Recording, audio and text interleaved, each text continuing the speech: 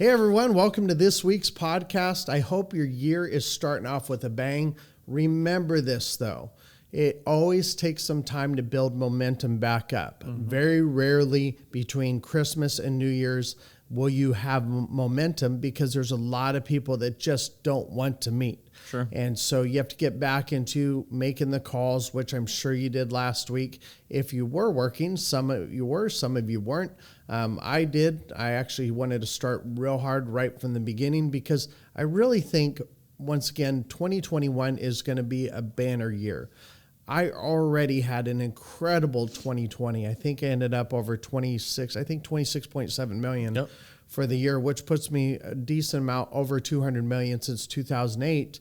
But I just have this feeling 2020 was a struggle. I don't want to go through that again. The entire year, the whole vacation thing, not being able to rest the way I normally do, not being able to take the time to just get away and disconnect. And it was a struggle, man. It was a struggle. But I'm telling you, 2021 is going to be completely different. And I don't care what's going on with everything around me. I'm going to focus on what I have to do every single day, because the reality is your attitude often determines how things turn out. Because you have two things. I have this saying that I came up with recently, that fear has nothing to do with what's around you. It has to do with what's inside of you. And we can have all these things, and I'll debate anybody all day long in this. And the reality is you can have two people look at the exact same situation. One will be fearful, one won't. Both are experiencing the same thing in front of them. But who chooses to look at the fear inside of them or look at the situation with the fear inside of them? And it changes the entire outcome of not only their day, their month, their year, their entire destiny. And I would even go as far to say as generations can be impacted by how you choose to face each day, every single day. Your decision is determined, or your decision or your outcome will determine what your future is going to be like and the future of everybody else around you that you are directly influenced with. So that being said, I don't know, I got my little rah-rah motivational speaking thing going on, but I hear so many agents. Why do some kill it every single year and others just, well, this happened, well, that happened, well, this situation happened, and once again, we're all experiencing the same thing. Why do some excel and some just die on the vine? Why is it that literally only 8% of annuity agents make it their first 2 years? Why is that? The people that are willing to put into what they're doing, put everything they have into it, to have that internal motivation through their identity and what their purpose is, that's what keeps them going. That's the one that sits there at the end of the year going, you know what?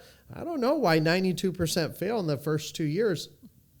I've been thriving. Yeah. So, what are we talking about today? Well, that's great, Chad. And real quick, just to kind of touch on a couple of things you mentioned is, I think one of the big reasons is excuses. I think it can be really easy to use years like 2020 where there are legitimate environmental factors that do play into it. They are real.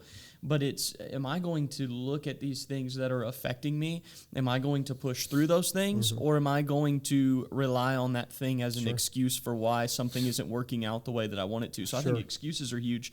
And you said something about attitude too, and it reminded me of a professor I had in college. He said, your attitude, not your aptitude, will determine your altitude. And I started thinking about that, and I was like, well, you know what? In this business, that's a little different. Your aptitude's important. It is. But then I realized, you know what? If your attitude is good, the aptitude will come. And when those two things meet together, that's where you'll reach that altitude. And so take that as encouragement, too. But today we wanted to talk about the why. Why do you do what you do? What's your favorite thing about the job you get to do? And walk us through that, kind of the why behind the what. Well, the why is way more than the what or the how. The why is what drives you. The why is what pushes you. The why is what keeps you going and going. I hear a lot of people say it's the what and the how. It's not. The why. Why are you in this business? Why do you want to succeed in life? Why do you want to be a successful person? And the reality, most people Well, I can't say most people. There are people that are absolutely driven by the monetary things, the possessions, the fancy cars, the exotic house, the exotic vacations. Now, I'm not opposed to any of that. But if that's your why, then you've got some major problems because those are all temporal. Right. They don't last. Houses break down, cars break down.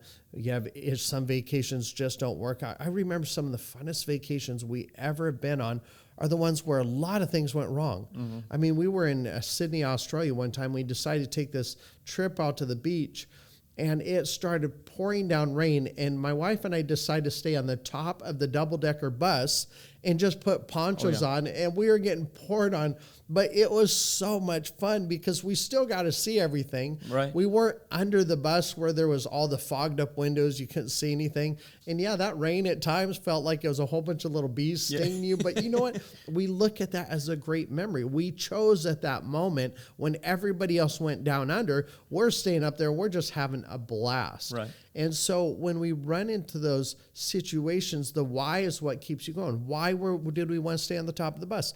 The view is better. Right. I mean, that's really what it comes down to. Yeah, everything's hitting you from all different directions, but we got to see things that nobody else saw. We had never been there before, so our why to see things that nobody else could because they're in the bottom part of the bus, that was worth it to us. Absolutely. And so the view, what do you envision your life to be? Right. You know, too many times I ask someone, well, what do you see your future as? Now, I'm not a big goal person. I'm really not.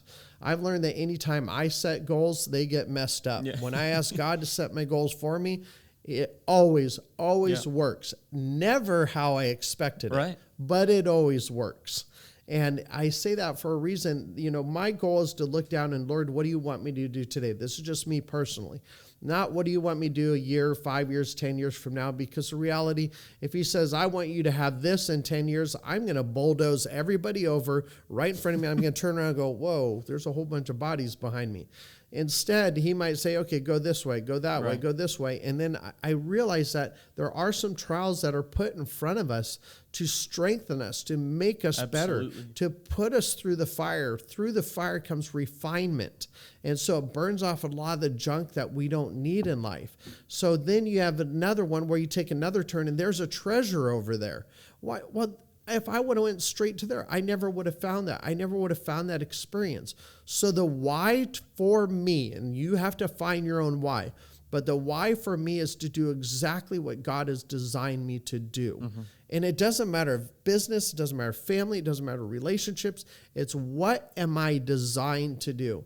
And every single one of us knows if you really take a moment to just sit and be still, once again, it doesn't matter how you do it. Some people want to be out in a deer blind. Some people want to be up on a rooftop, on a balcony. I mean, there's all sorts of ways. Some people want to be in the forest.